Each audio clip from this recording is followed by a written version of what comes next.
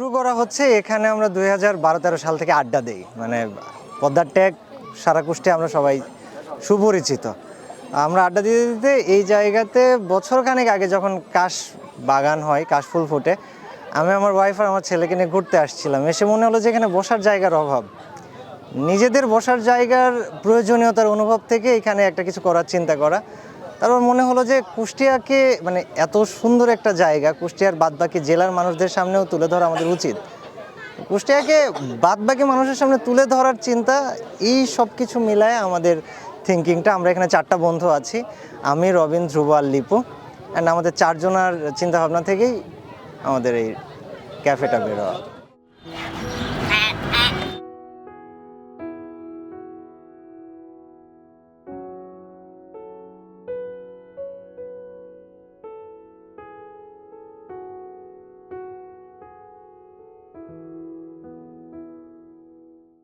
ব্যবসায়িক চিন্তা হচ্ছে যে ইউটিউব তো অবশ্যই আছে, কিন্তু বয়স যেহেতু বাড়তেছে আর বিজনেস এটা সবচেয়ে হালাল ইনকামের একটা রাস্তা, তো ব্যবসার চিন্তা করার একটাই কারণ 100% হালাল ইনকামে যাওয়া। এবং আমার কিছু প্ল্যান আছে ইউটিউব নিয়ে এবং আমার জীবন ব্যবস্থা নিয়ে। এটা একসময় হয়তো আল্লাহ তাআলা কবুল করলে সবাই দেখতে পারবে। না, আমাদের তো আরও ব্যবসা আছে। আমাদের কাব্য মোবাইল শপ আছে, এটা আমাদের একটা ক্যাফে হইলো, আমাদের একটা গ্যারেজ হচ্ছে পুলিশ লাইনের পুলিশ সুপারের কার্যালয়ের অপোজিটে। একটা না, আমরা মাল্টিপল চিন্তা করতেছি।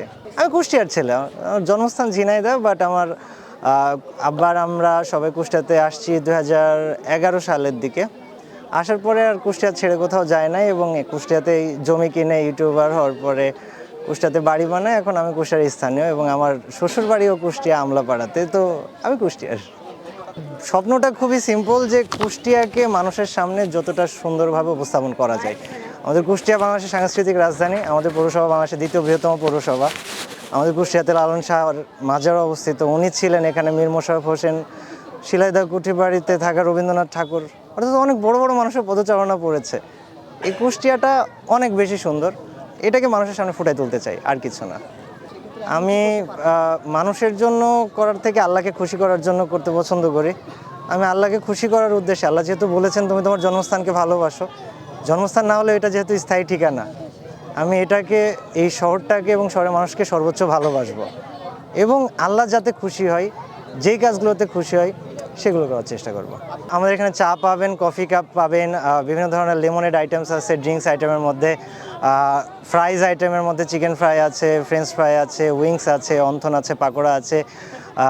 স্পেশাল ফ্যামিলি মানুষ যারা আসেন ফুচকা খাইতে পছন্দ করেন, আমাদের ফুচকা থাকবে, কাবাব থাকবে। এই জায়গাটা মূলত একটা ক্যাফে এবং পার্টি সেন্টার। আপনার জন্মদিন পালন করতে মন চাইলে আমাদের এই জায়গাটা আপনি ভাড়া নিয়ে পালন করতে পারবেন, বিকজ নিরিবিলি পরিবেশ, হিউজ একটা স্পেস, সব কিছু মিলায় ব্যবস্থাপনা আমাদের দায়িত্ব।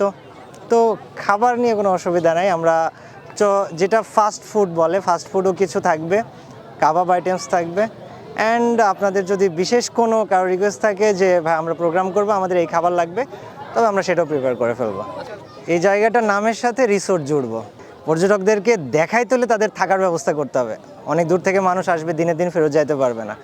আস্তে আস্তে আমরা এখানে হোক বা আশেপাশে যেভাবেই হোক না কেন, জায়গাটাকে একটা রিসোর্ট হিসাবে করে তোলার চেষ্টা করব, যেটা হবে আমাদের পদ্মা গড়াই মোহনার রিসোর্ট। এবং সেখানে মানুষ থাকবে, প্রকৃতির পরিবেশ উপভোগ করবে, রাত্রে খোলা আকাশের নিচে নিজেদের প্রাকৃতিক সময়টা জাস্ট সিম্পলি যতটা ন্যাচারালভাবে ফুটায় তোলা যায়।